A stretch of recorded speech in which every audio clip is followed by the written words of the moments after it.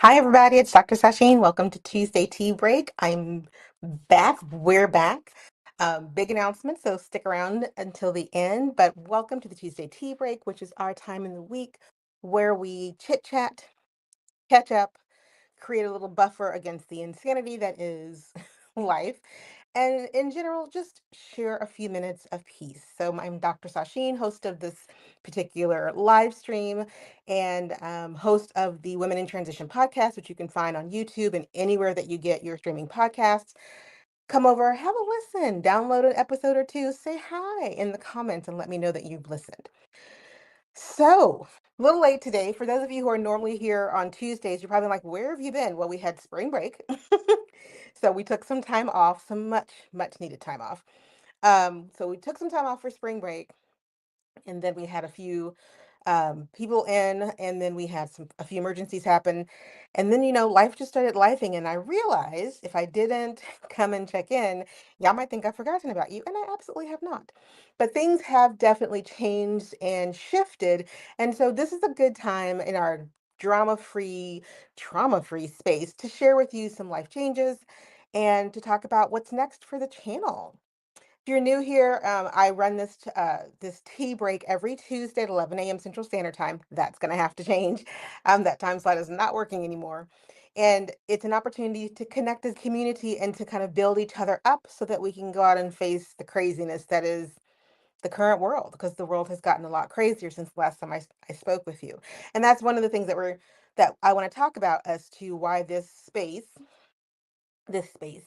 is gonna, hang on a second, gonna go through some changes. So, first on the docket is, where have I been? I was on spring break. Like, I have a family, school is out. I was like, I'm out too. Let me go ahead and take some of this out energy and not do anything, because I do a lot, and most of you do a lot, right? But we never just stop and go, okay, hang on a second. I'm going to hit the pause button. And one of the things that I like to say on Women in Transition is that you got to put the you in you. The self and self-help has to be the self, right? You don't need to always make apologies for the fact that you just needed to take a break, so you bounced. So for a few weeks, I didn't do any YouTubing, so I haven't dropped any videos on the channel, haven't gone live, and that was really important for the mental space that I operate in, which is full of information pretty much at all times, and to make sure that I was still honoring the vision that I have for this channel and that I have for this podcast and that I have for this space on Tuesdays, which is to help women in their Gen X women who are in a life transition phase go from one chapter to the next as peacefully as possible. That peaceful doesn't always mean easy, doesn't mean not complicated, but it does mean that when we honor our peace and we take that as the first priority in our lives, we make different decisions about what to do next. So I took some time off. So if you wonder where I've been, that's where I've been. I took some time off. I've been posting a lot more in my writing group, my fiction writing group that I have on Facebook. So if you're a budding fiction writer and you're looking for a place to land, a home, come over and join us in the writer's room, for aspiring fiction writers on Facebook. So that's the first thing. Where have I been? That's where I've been. Nothing exciting. I mean, we didn't necessarily go anywhere, but we did spend some time in the garden, got the garden beds up and running, planted some things. The last time I was on, I did talk about it was time to start planting some things, both physically in the ground and metaphorically in your lives. This is that time. Hey, Laura, thank you for tuning in. Yay. I took some time off. I needed some time off, and I preach taking that time to make sure that you're where you're supposed to be in your head and your life and your world. So I took that time off. And like I said, we put some plants into the ground. The potatoes are in, the carrots are in, the squash is in, the peppers are in. I do love a good pepper. Not bell peppers. I do not like bell peppers. They don't taste like anything. But here's the thing. It does depend on which variety of bell pepper that you grow. Just keep that in mind. Anyway, we're going to be putting corn in the ground, so we got the garden ready, and we have this line of storms rolling through. So this is a good time. Um, I read I read some books. I got off the computer and I read some books, and I sat on the porch when it was warm enough to do so, because it got cold for a few days there over spring break. but I read some books. I went and I wandered through bookstores, and it was just a good time since school was out for spring break for all the kids. It was a good time for everybody to just kind of take a deep breath and exhale. So that's the first thing I did. Second thing I did is what I have been preaching before I took the break, which is I sat down with my priorities for 2026 and began to implement some things that I had been telling everyone. Don't implement things until some of the energy shifted. And then in February, I came on and said, okay, the energy has shifted. Time to start implementing some things, right? So I decided that it was a good idea to take some time and look at my own lay of the land for the rest of 2026 and 2027 so that I make sure I get where I want to be and I'm doing what I want to be doing for the rest of the year and into next year because the world is changing, right? And as I said at the very top of this, this is our slice of peace, but it is surrounded by a lot of chaos in the world. And so I bring this space here with the hopes of saying, hey, take a deep breath. Take a deep breath. But also hopefully to give you some pointers of, okay, so now that you've taken the deep breath, now that we've taken that deep breath, let's talk about what we can do to continue to move you forward into the goals and dreams that you have for the next chapter of your life. So I did that for myself. I took some time and took a deep breath, drank a lot of tea, a lot of tea. But I sat down with my goals and I had to revamp some things because the world has changed a bit. And I don't know about you, but sometimes we can get so wedded to the vision and think, okay, I'm just going to keep powering through the vision, but the world has changed. And it's not that your vision can't power through, but does it have to? Does it really have to? Is it necessity? Is it is it is it one of those things where the vision could be tweaked? Still the vision, but it could be tweaked. Or maybe the vision just doesn't exist the way that it used to because the world has changed. I think it's important to give yourself permission to have honest conversations in private. And I liken it to some so I because I I am a writer, I also collect quotes on writing to help inspire myself. But one of the quotes that I one of the people that I like a lot when they talk about the writing process is Madeline L'Engle. And she says, you need to have a place where you write things that you don't want anybody else to read, your honest thoughts, feelings, opinions. And you need to have that space so that when you write things that you want people to read, you've gotten that other stuff out and you can put that to the side. I think that's true for all of the rest of our lives as well, not just if you're a writer or not. Because sometimes we have articulated our dreams, right? We've said we're going to do this, or our life has looked a certain way, but we got some stuff going on underneath that are going to make us change. We don't have any place to process that because people don't just get their journals out anymore. They go online and tell people, and then they get really upset when people don't encourage them, or when they do encourage them, or they say things that piss them off. And sometimes you have to get into your journal. So I got into my journal for a couple of weeks and I just wrote to myself. And I'm a firm believer in journaling out the stuff. I kind of figure when you start journaling, the stuff that rises to the top on the very first on the page, that's the fluff part. Like that's the cream that you see, that foam on top. But if you scrape that foam off, then you start getting into the umami of what you want to say, right? You start to dig down and the flavors of your life begin to separate themselves. And the more you write, the more you begin to see the different strands of your life coming up in the words that you're saying.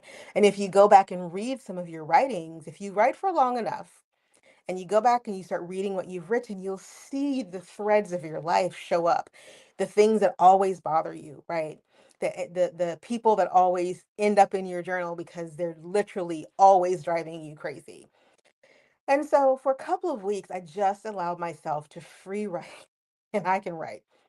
And sometimes on that page were just doodles because I didn't know what was ready to come up next. And so I just kept going until the next thing. Julia Cameron has a really good practice called the morning pages in her book, The Artist's Way, which I recommend to a lot of people. It's really, it's a great book. I still recommend it to a lot of people, but I think that you have to be in a certain mindset to appreciate it. Anyway, one of the things that she offers to readers is this thing called the morning pages. I don't do mine in the morning. I'm a better writer at night. But I I love the fact that she says when you start writing, you can't stop until you fill at least 3 pages. And when I first started doing that years ago, even before I went back to grad school to get my PhD, like I started this process. I would be like, I don't know what I'm going to write for 3 pages. Like, what are you talking about? But after a time, I have filled volumes of my own personal journals over the years, volumes. And some days I write for an hour and I don't even realize an hour has passed because I just have something that needs to come out.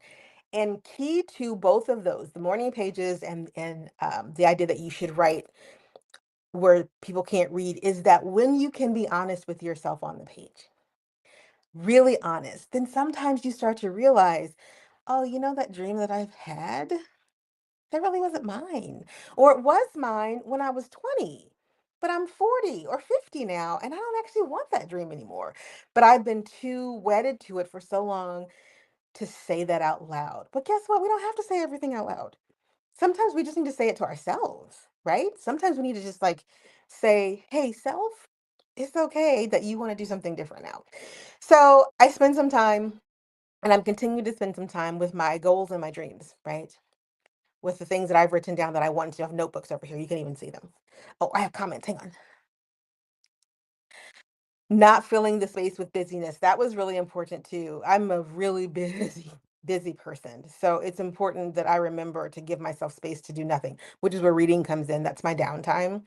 And when I say reading for me, I read nonfiction for education, and I do a lot of self-educating, and I'm also a college professor, and I'm also a writer, and like I do a lot of nonfiction reading for work and some fiction reading for work, but mostly nonfiction.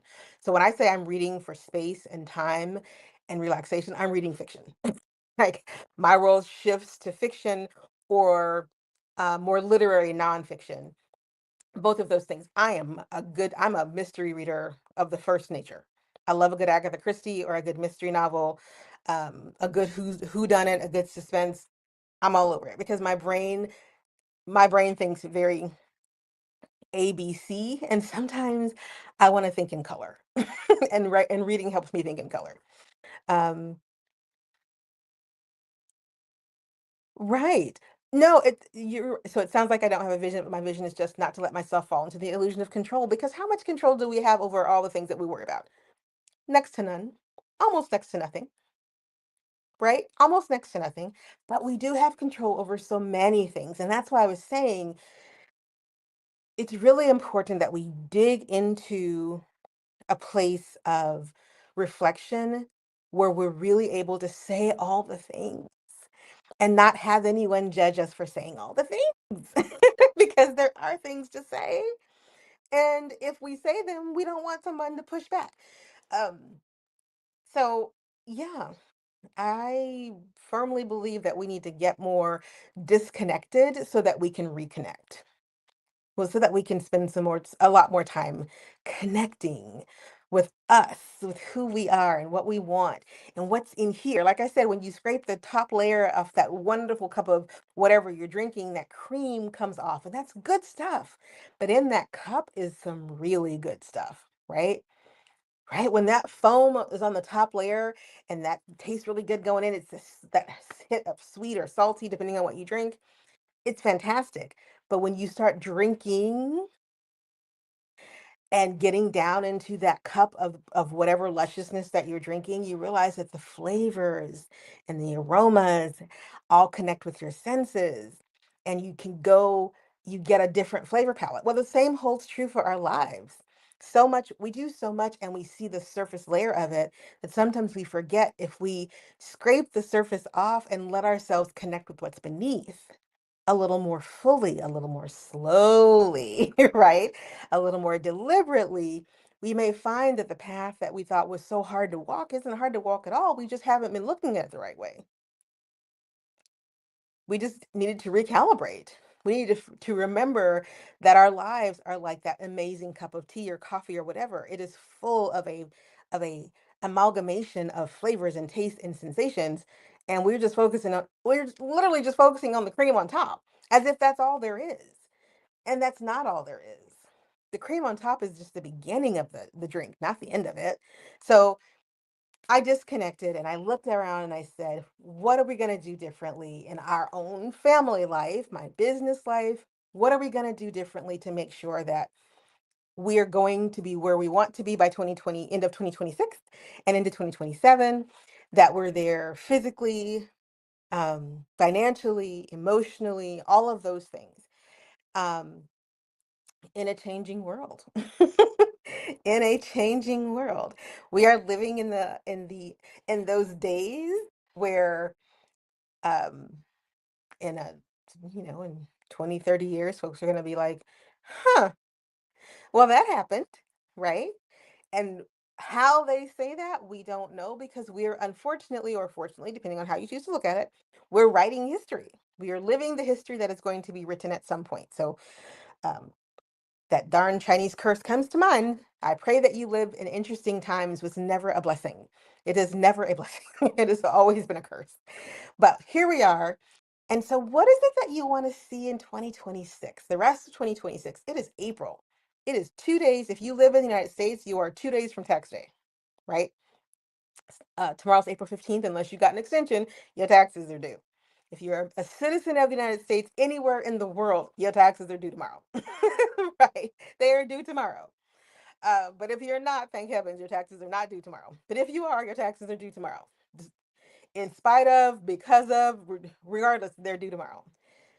But it's also, we've crossed into spring. Our days are getting longer. Oh, the days are getting longer. I love that. Um, our needs are going to change and shift as we move into, late spring, summer energy. That's just how it works. Our days get longer. We spend more time outside, and we're going to be back outside. We spend more time outside. The heat draws us into the world more, but it also excites us to be out in the world more because we're tired of being cold. We're tired of being cold. We're ready. So, what do you want to see? Oh, okay. So, one of the things that I wanted to talk about is that while we were taking our break around here, we were heavily invested in the moon mission, the moonshot mission, moon joy mission, excuse me. And first of all, my family loves science and we love space. And so we watched, um I'm that person who has a TV that hardly ever gets turned on. And so when it's on all the time, it's a notable thing because we don't run the TV a lot. The TV can not get turned on for days. In fact, because I don't turn the TV on all the time, sometimes my TV needs to update because everybody's got that smart TV now. Sometimes it needs to update, but you have to turn it on, right? You have to connect. And so I'll turn it back on, and my TV will be like, listen, you're not doing a darn thing right now. I have 15 updates waiting on you. And where have you been? So then I have to go through and let the darn thing run through all its updates and figure out that I'm still who I said I am. It makes me relog back into things. It's just crazy.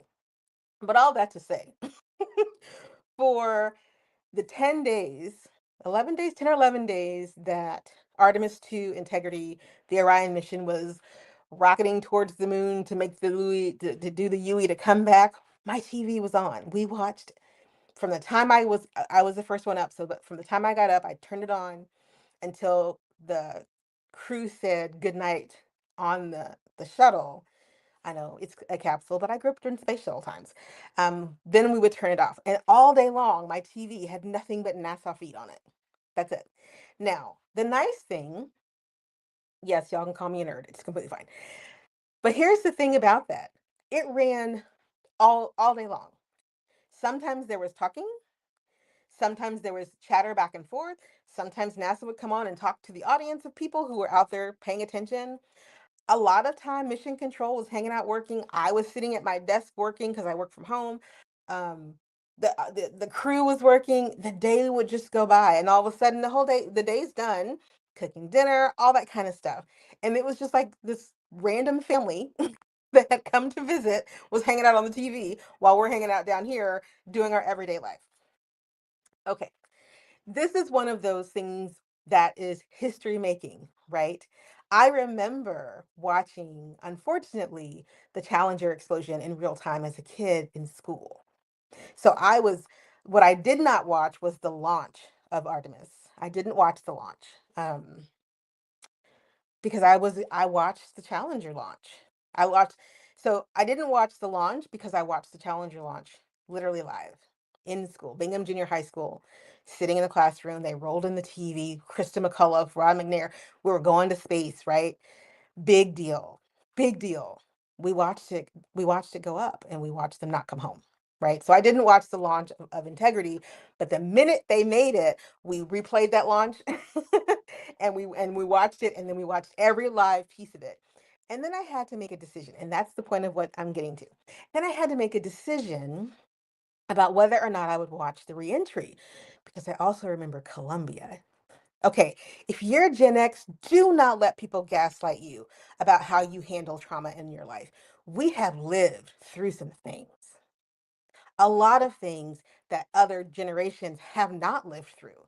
Our little generation that gets forgotten about a lot has witnessed some pretty pretty huge things. We watched Tiananmen Square. We watched the Berlin Wall come down. We watched not one, but two space shuttles fall out of the sky, right? Like we've watched and witnessed in real time. We watched 9/11 as it happened. Do not let people gaslight you. Don't do it. Do not do it because we have endured things that other generations only read about in history books now. They weren't there. They didn't see it. So anyway, I had to make a decision whether or not I was going to watch Integrity come back in or if I was just going to be like, nope, can't do it because we watched Columbia come back in and we thought they were home free and they weren't. But I wanted to share it with my family. So we watched the reentry, every moment of it, every single moment of it. We watched it. And it felt really good because what you realize is that on that rocket ship were Gen Xers who also lived through the very same things that I was talking about. Challenger, Columbia, all of those things. And they work for the organization, right? They work for the agency where all of this happened. And and they still went. They still went.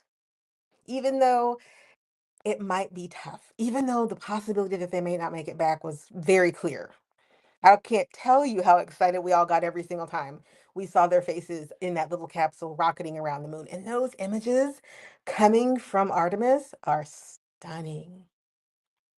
And I got to talk to my son about what it means when we say the dark side of the moon. It's not that it's the dark, it's just the far side. We don't ever see it. We don't ever see it. And we got to talk about how the universe works and how we're actually not static and our moon is not static even though it doesn't rotate. That our sun is also rotating around the Milky Way. Like it was such a cool experience that I got to share with my family and with hundreds of thousands of other people who are also experiencing the same thing. Why did I tell you this story? Because what it also told me for the time that I had my TV on, my TV's off again. It's not on anymore. But it was really interesting because I'm the kind of person in my entire life, I've always been the kind of person who's like, I'd rather go see it than watch it on TV. I wanted to experience living on an island. I've read books about islands. I know how to read a map, but I'd never lived on one. So I moved to an island. Never lived in the mountains. I had never driven across the country as an adult. Now I've done it 4 times. I've been across the continental divide of this country 4 times.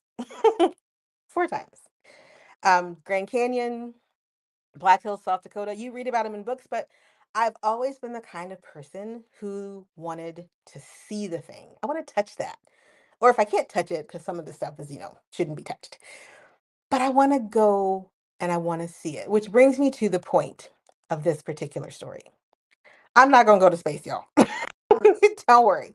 They're not letting me up in space, and they shouldn't let me up in space because I have nothing to contribute on the space journey except to make them laugh. But I was reminded of how big the world is and how much of it is going on, even though history is changing for us in some very significant ways. So, my challenge to us all is, what are you going to do in 2026 that makes you feel like the world is bigger than the trauma and drama that's going on around you? What is it that you're going to not hold on to, but maybe release as a reminder that the world is bigger than this reality that's right in front of me, that feels so heavy, that might feel so confining or constricting. There's a whole world out there. And watching it from space, well, then actively watching it from space, when we finally got far enough away that we could look back and see it as the big blue sphere, and then the little blue sphere, it was so tiny. It was wild to see the moon, and there's Earth. It was just wild. Okay. But all that to say, that blue sphere that's hurtling through Earth, hurtling through space, hurtling around the sun, which is hurtling through space, hurtling around the Milky Way, which, come to find out, the Milky Way is also hurtling around something that we can't even see because it's so big. It's crazy. That blue thing, that blue planet, that, if you see the backside of the Earth from space and realize you cannot see land at all because it's just water, it's just, we forget, like, the earth is 70% water, but we don't think about it because all the maps show all these land masses. But when you see the earth and you realize, holy cow, there's nothing there. The Pacific is huge. Like, those oceans are massive. I want to go. I want to see that. I want to fly over open water. I know open water scares me. I want to see whales. I want to see I want to see the earth that I live on more fully. And so I think in 2026, and as we move forward into the summer, and the tendency as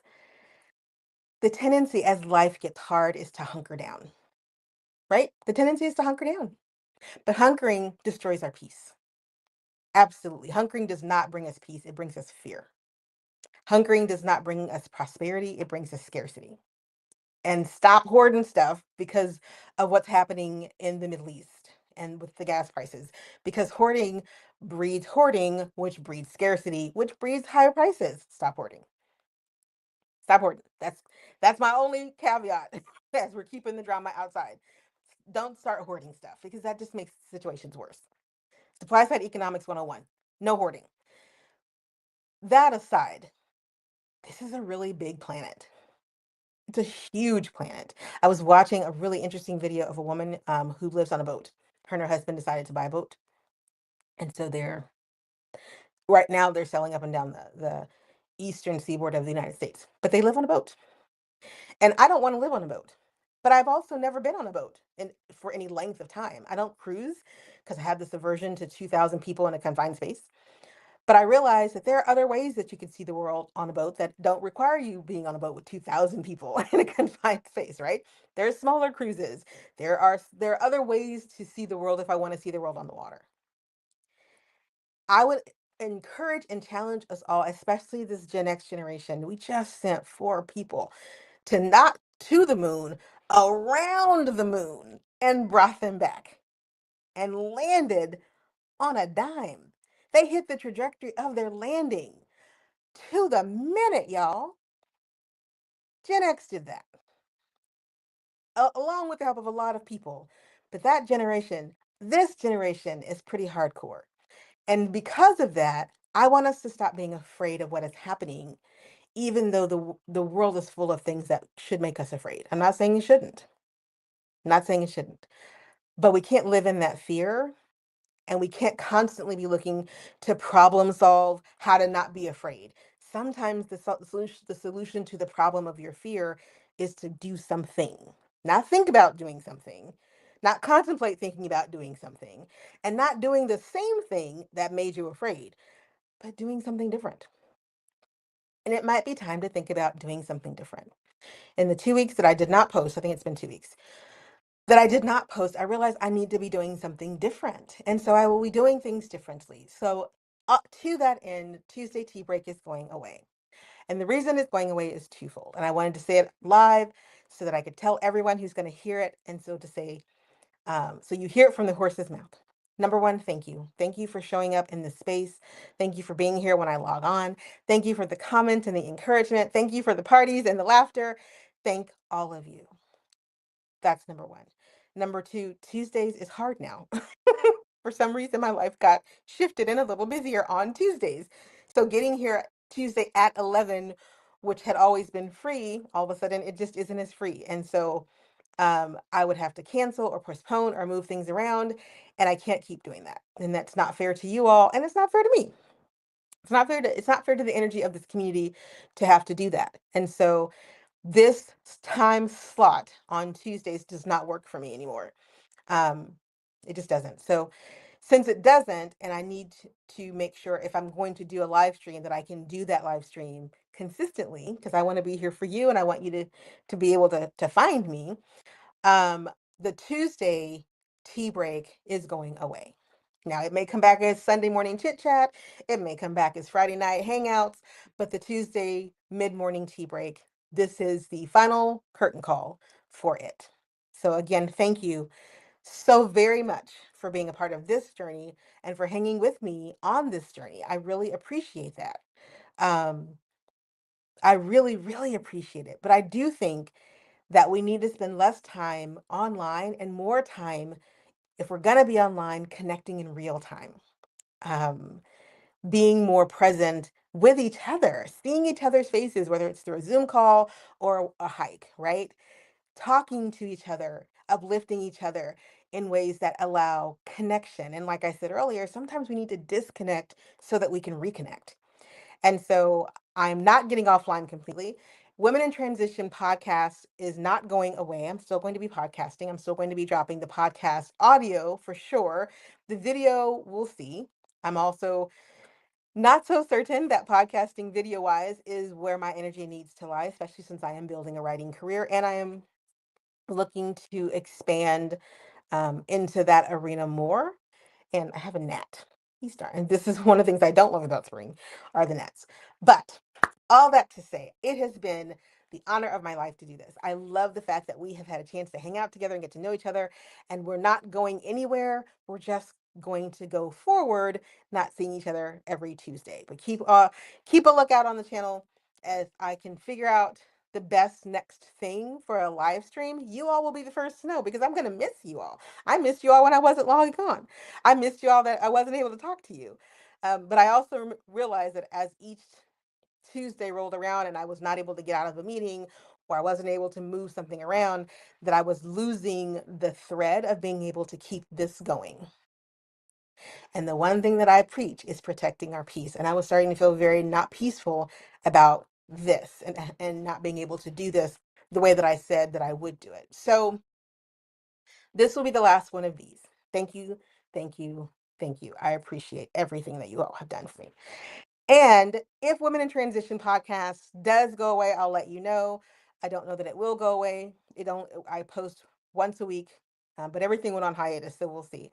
But disconnect and see where reconnection works for you now, because it's important to figure out if where you want to be from at this point in time next year is the path that you're on, or if it's time to make some course corrections so you end up in that place. I hope for all of you that whatever you decide to do and wherever you decide to connect again, if we reconnect, I can't wait to see you. If you move on to other things and I come back and you're not here, know that you have my whole heart wishing you well in whatever endeavors you choose to do. Most importantly, always and forever always and forever remember rule number one, and that is that your peace is non negotiable. This is Dr. Sasheen signing off. Tea time for the last time. Thank you again, everyone, so much for tuning in. I really appreciate you. Take care of yourselves. Bye.